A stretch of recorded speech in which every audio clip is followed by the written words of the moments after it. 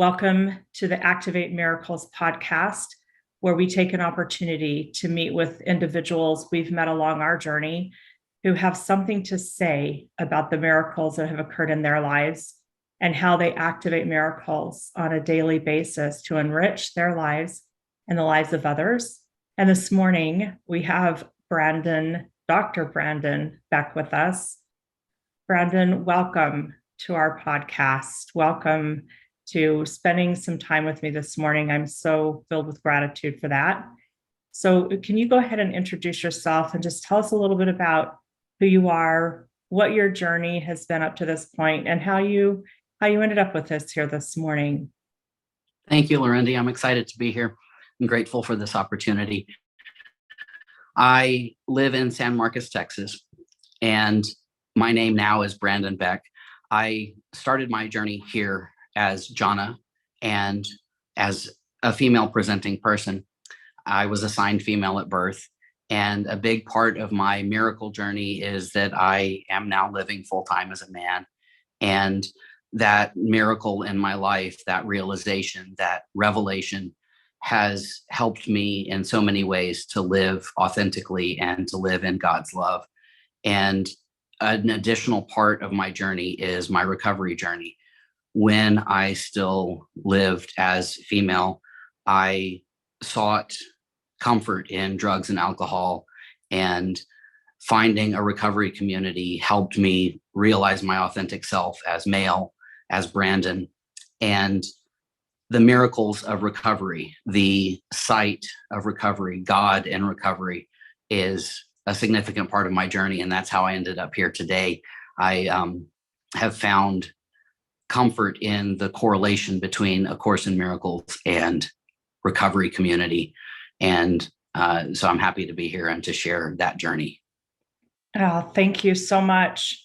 So one of the things that we do is we share a miracles principle directly from A Course in Miracles. And it's been such a pleasure to get to know you more, Brandon, and how you really live A Course in Miracles in your life. A Course in Miracles is, for those audience members who don't know what it is a course of study that is about us renewing our minds to remember the truth of who we really are, God's children, that He created to be co-creators with Him. And it's a way for us to transform our minds and to heal our minds from all of the limiting thoughts and obstacles to peace. So the miracles principle today is that miracles are everyone's birthright. Everyone's right, really. But purification is necessary first. That's principle number 7. Miracles are everyone's right, but purification is necessary first. So what does that mean to you, Brandon, when I share that? I really enjoy thinking about that principle and meditating on that principle. I am a theologian. In addition to the other parts of my life, I'm discerning a call to seminary right now. And one of the stories in our history that is important to my recovery journey is the Hymn of the Pearl from Thomas. And in that story, we learn and remember that we came from paradise to walk this journey on earth and to find our way back to paradise. And while we're here on earth, we forget where we came from, and we have to cleanse ourselves in order to receive the message to return home. And so this particular principle talks about all of that. And for me, the recovery journey and the transition journey are part and parcel of being here on earth in order to purify myself, in order to find home again. The correlation between the horizontal and the vertical to ascend into my true self, into the image that God created for me. Psalm 139 is an important psalm for me in my journey that fits very much with this principle, because it talks about who I started out as, who I forgot myself to be, and how I can remember again that I was knit together in my mother's womb by God. And I didn't always know that. I didn't always remember that. but it has always been there. So often for me, there have been voices that talked against that in my life, and they became embedded in my head. And my heart has known different. And I've had to connect that ascension from heart to head and relearn what home is and what God is as home.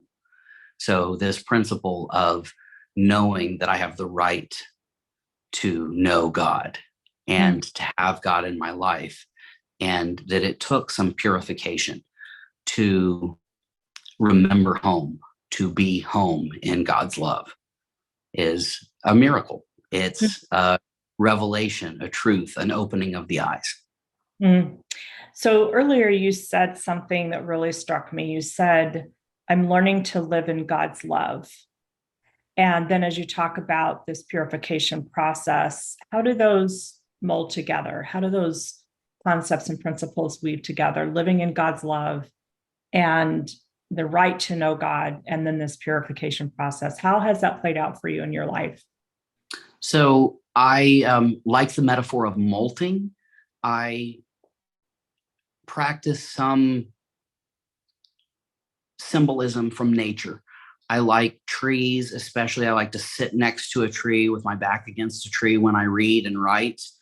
I like watching birds, especially. Heron is a popular bird for me to sit next to and watch, especially when I'm on the river here in San Marcos. I have been a fan of owls for a long time. I went to Rice University, and the mascot is the owl. And this idea of molting, the tree sheds its leaves and then grows them new again. The bird molts its feathers and then grows them new again, is part of the metaphor for me of purification, of what you're talking about in this question. And the idea is not that I'm going to completely get rid of something. The old becomes the new. The past is very much part of who I still am, of who I am becoming. I need those things that I've experienced, even if they might seem negative, to be who I am now. So God's love, I had to learn, I had to remember, but I learned it through those struggles. And that's important. And so purification often has this sense that something has to be burned off. It has to go away completely. And that's not the case for me.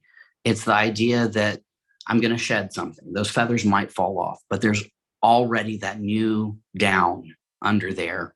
And it's the same as what molted off, but in a new way. Yeats talks about the widening gyre in his poetry, and that's an important concept to me. There is a larger circle that's coming out, expanding, but the little circle is still there that was there before. Such a great way to think about it. I really appreciate what you said about the metaphors and the metaphors that you used. The tree, the leaves that are, that were here this spring have possibly fallen away. We enjoyed them. They were beautiful. They just were while they were here. And now new life has sprung up to take the place of those with new experiences, new beauty, and new life. So it's really such a great way that you described that. I also really connect with what you said about the expansion. So it's also been my experience that as I've been growing in this plane, in this vortex, that at different times I have felt more expansive. And generally speaking, I had to kind of go through an undoing before I could expand and come out again. And not necessarily anything tragic or traumatic. Some things have happened in my life that have been pretty tough to deal with, but sometimes it was just kind of a shedding of an old belief. So could you talk a little bit more about that? Because that's really what Course in Miracles talks about, is that it's really a matter of us reconnecting to the truth we already know, that seedling, that flame, that spark that's within us that then expands. So can you talk a little bit more, maybe give us an example in your own life of how you had to release an old idea or an attachment to an old idea in order to bring in a richer experience for yourself? Yeah, I love that line of thought, and that's part of the reason Course in Miracles appeals to me and works for me as part of my regimen and routine of health and wellness. Is that we use miracle as a common parlance word, and most people think of it as this grandiose thing that happens once in a lifetime. It's the thing that the martyrs and the saints saw that no one else did.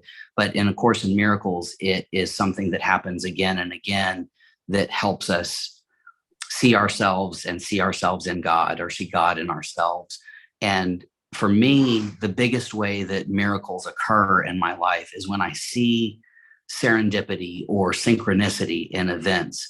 So, an example from this week is that a friend and I were talking Wednesday about the Jewish tradition of men being assigned virtue and women being assigned valor in the Hebraic tradition. And then Thursday, I was in a class with my monastery, and we looked at some images that our abbot created to go along with the apocryphal text, the Gospel of Philip. And the images were very much women of valor images from the Gospel of Philip. And then this morning, I woke up and went to morning prayer. And the prayer that our leader read for prayer for us to meditate on was a Sophia poem. And so it was neat to see the women of valor from the Hebraic tradition show up 3 days in a row. And for me, as a transgender person, to reflect on how the power of the woman of valor is still very much a part of me, even though I'm a masculine person now.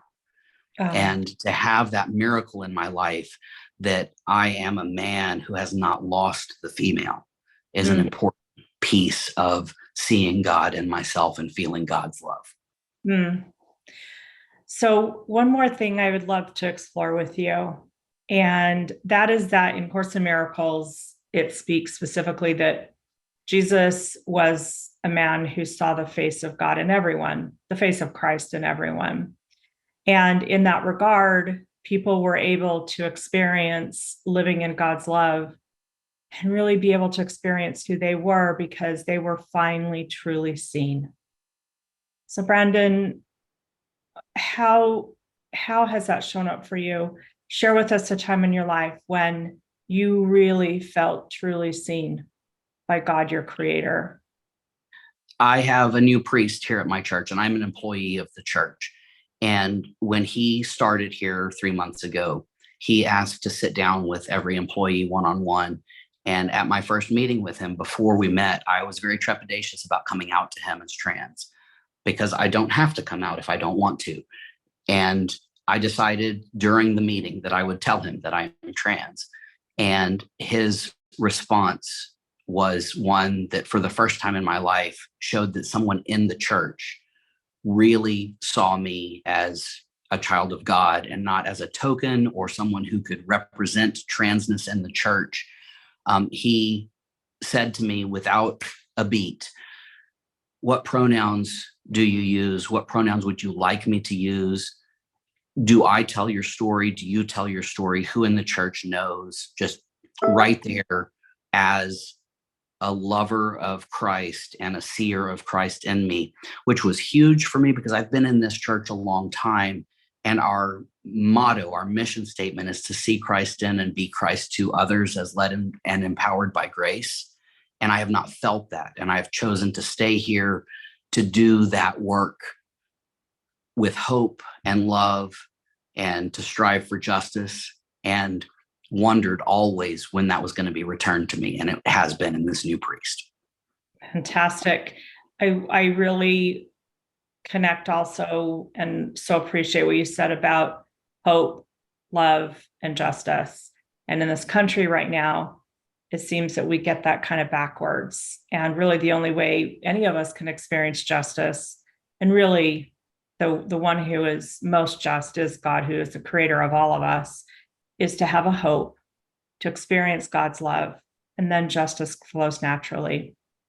In closing, Brandon, we always like to ask our guests, we invited you here because we thought you had something really important to say about miracles. So in closing, what would you like to say about miracles?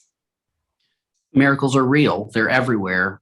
We chant in our monastery, and a chant that really speaks to the power of miracles to me, is "Let every voice but love be still in me."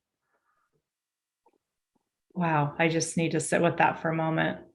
Let every voice but love be still in me. Thank you so much, Brandon. So thank you for being with us. Thank you for sharing your heart.